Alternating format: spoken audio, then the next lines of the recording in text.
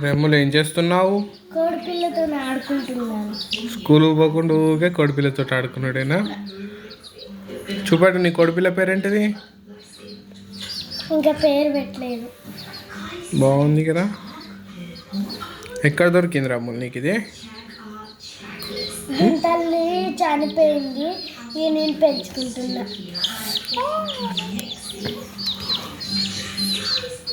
బాగుంది కదా, కానీ ఇండ్లంతా కంపు కంపు వాసన చేస్తాయి కదా అమ్ములు. పోతుందిరా, పట్టుకో.